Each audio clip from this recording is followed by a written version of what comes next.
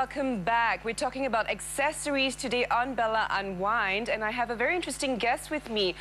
We are talking about heirloom pieces that carries on from generations to generations, and we've got Amee Philips, designer of Amee Philips exclusive jewelry. Good morning. Welcome to the show. Good morning. Looking very elegant and beautiful this morning. Thank you very much. Do you wake up looking like this every day? No, actually, I just came back from New York from the Zhangde fashion show, and I still have jet lag. Oh, but you look fantastic. Yeah, What's your secret? I think wearing the right clothes and the right jewelry. And coming back home, right? Yeah. Okay, anyway, let's talk about your foray into this whole industry. How did you actually started off as a gemstone buyer? What sparked off that interest for you? I think, maybe the passion was in me since I was young. I like to look at jewelry, but maybe doesn't have the chance to explore in it.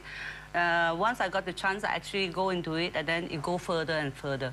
So, okay. And I think it's... But did it start with, was it passed on from, well, family? No, or how did it suddenly, you know, when, in what stage in your life that you realized this is what I want to do? I love gemstones and I want to become a buyer. No, actually I was in Europe, and my mom commissioned me to buy some tumblestone for her. Okay. And then from there I started.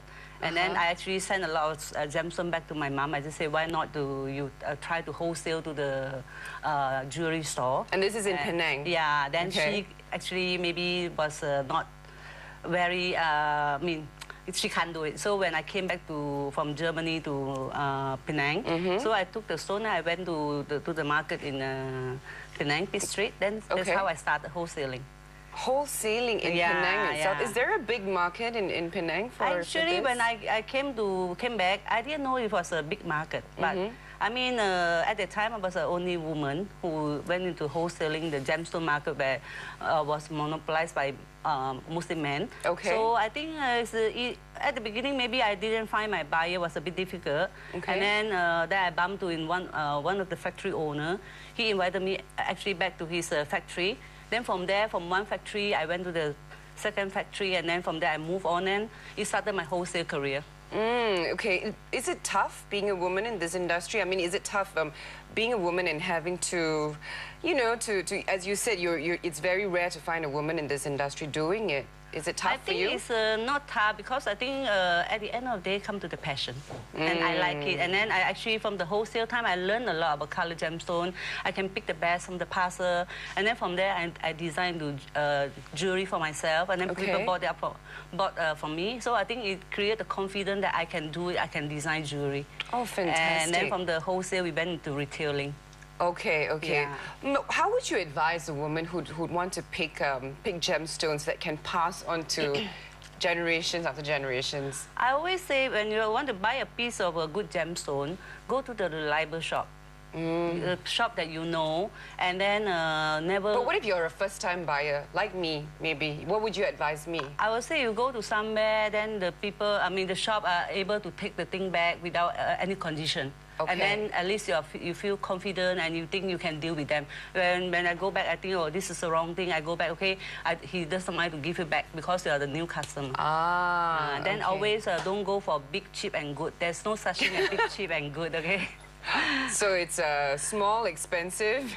Then when it's bigger, then you pay more. Right. Maybe you can tell us a little bit about your collection and what you have.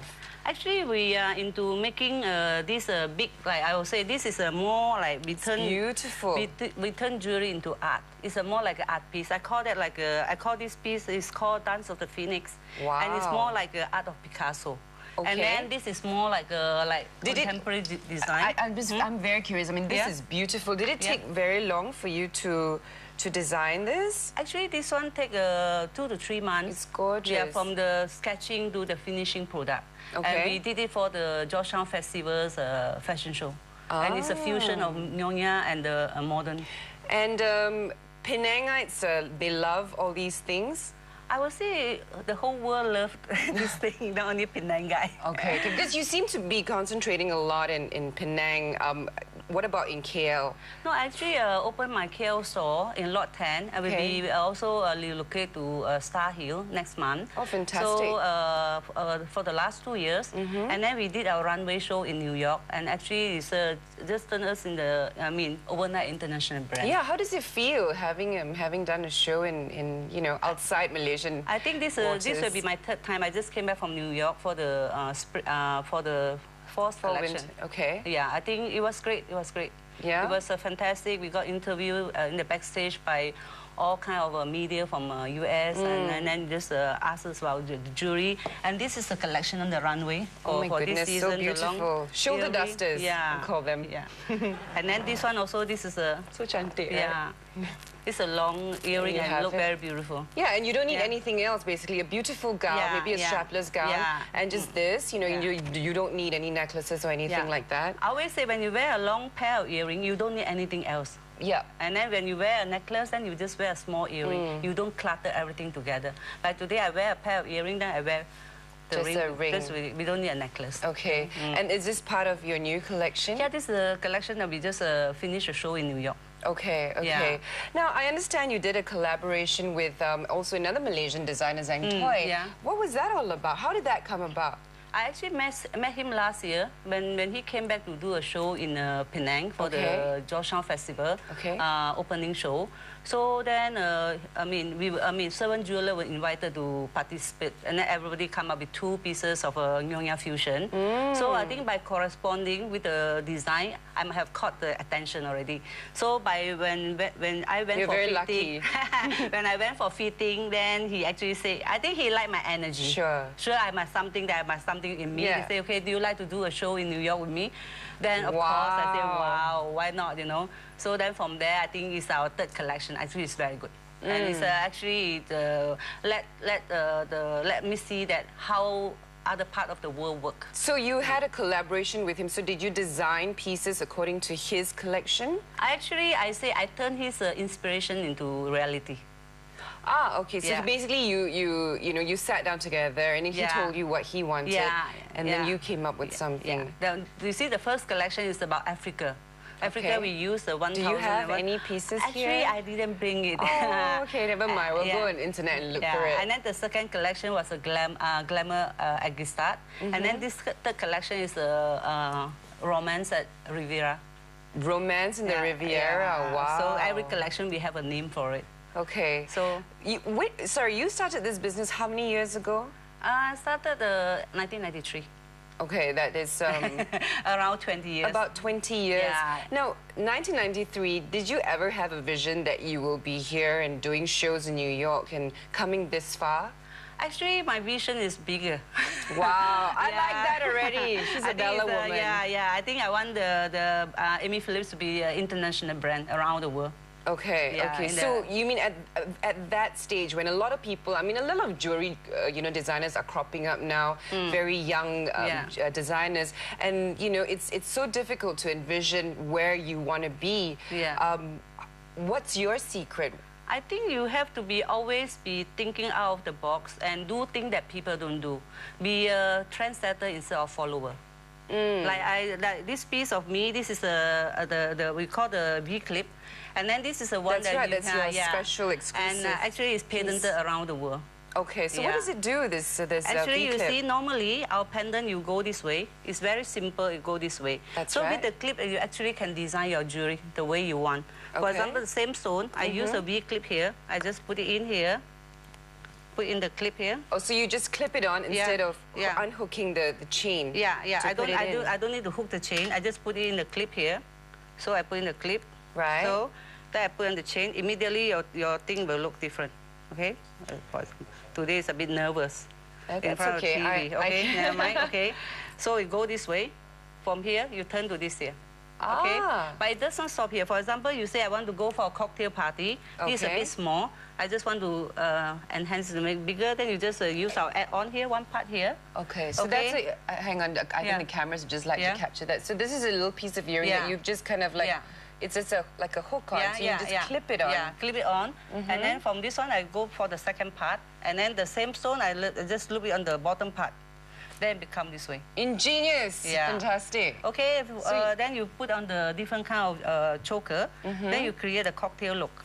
For example, you create a cocktail look. Okay, so it's easy, and you get to have various different kind of then looks if you as say, well. okay, I want to go for a more glamorous party, I just take an eye in, like this is an eye. Okay. Okay, and then the same part in the middle, I just put it in here. And you add another piece of bling to it. And then the same stone I put on the bottom. So I create I put it on a different kind of chain. Right. So then I have a totally, like a... Oh, something very, okay. Yeah. So you get to create different styles. Yeah. How did you come up with this, this ingenious way of hooking up jewelry? Because usually, like I say, we want to be different. So women, I mean, we always have a piece of jewelry. Things why we always wear the same thing? Why not? It can be another look. Sure. So then by exploring it, I say, okay, if I can take out the pieces which is a dangle on my pendant and start, then I can start designing it. Yeah, because this is really optimizing jewelry, right? I can even take it out to become an earring. The whole piece here, I take it out, I turn into a pair of earrings.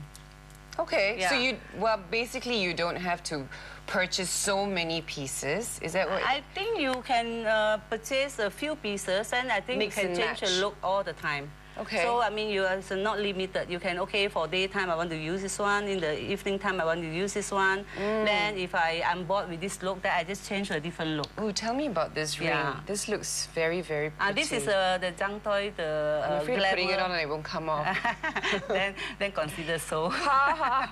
This is like a little present. This is this is a glamour Agistad, the last collection with Zhang Toi. Can the camera zoom in on this? I would like our viewers at home to take a look at this. It's very, very beautiful. Tell us a little bit about this ring. I think the ring is the bow is made of the design of the Louis Okay. 15, you know. Which dates back centuries. The inspiration comes from that bow. Okay. And then we just make it into like a present. This is one of the best sellers. Wow. Yeah. Okay, so basically you've got a store in Lot 10 right now. Store in Lot 10, and our headquarters is in Penang and manufacturing in Penang. And what about your price range? Would you like, maybe you can... Our price range is...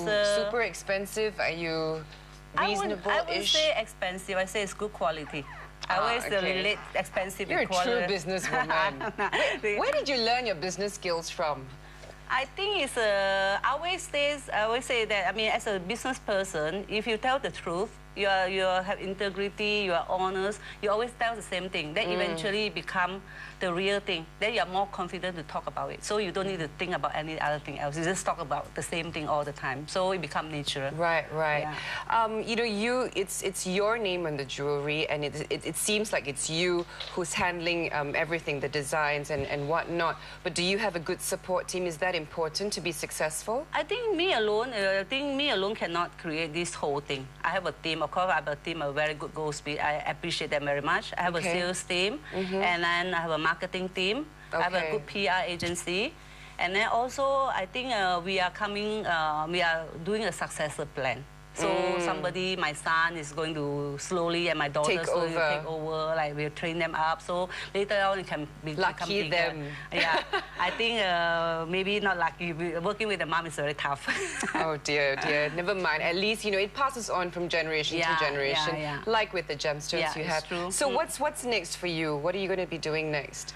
I think we are, okay, next, I will say, okay, maybe, okay, after we can do, I mean, in the most part of the world, my next thing is that I would like to do is to create academy. Oh, wow. To scout talent. For I mean, jewelry designers? Jewelry designing and then manufacturing. Maybe you should do a reality show for that. Because we haven't had that yet, have we? I think we should. Yeah. Because I think this kind of trade, youngster does not come into the trade anymore. And we have to come up with an academy to inspire them, to train them, to make it interesting. So I think we can have more talent because it's an interesting line. Yes, and us women, we love the accessories. I mean, I wish I could own all of this here. So then with the academy also, we try to maybe do our social responsibility, like maybe creating classes for motivation talk. Yeah, exactly. Yeah, okay, to motivate young people to be more confident confident and to say, okay, nothing's impossible in this world. Oh, Okay. very inspiring. Yeah. Well, thank you very much for You're coming on welcome. the show, and good luck. And maybe next year when you come back on the show, it's Paris and Milan, London, perhaps. Fingers crossed, right? I will. Go Okay. Malaysia. Anyway, thank you so much for Thank being on the you. show. We're going to go for a very short break. When we come back, more accessories for you.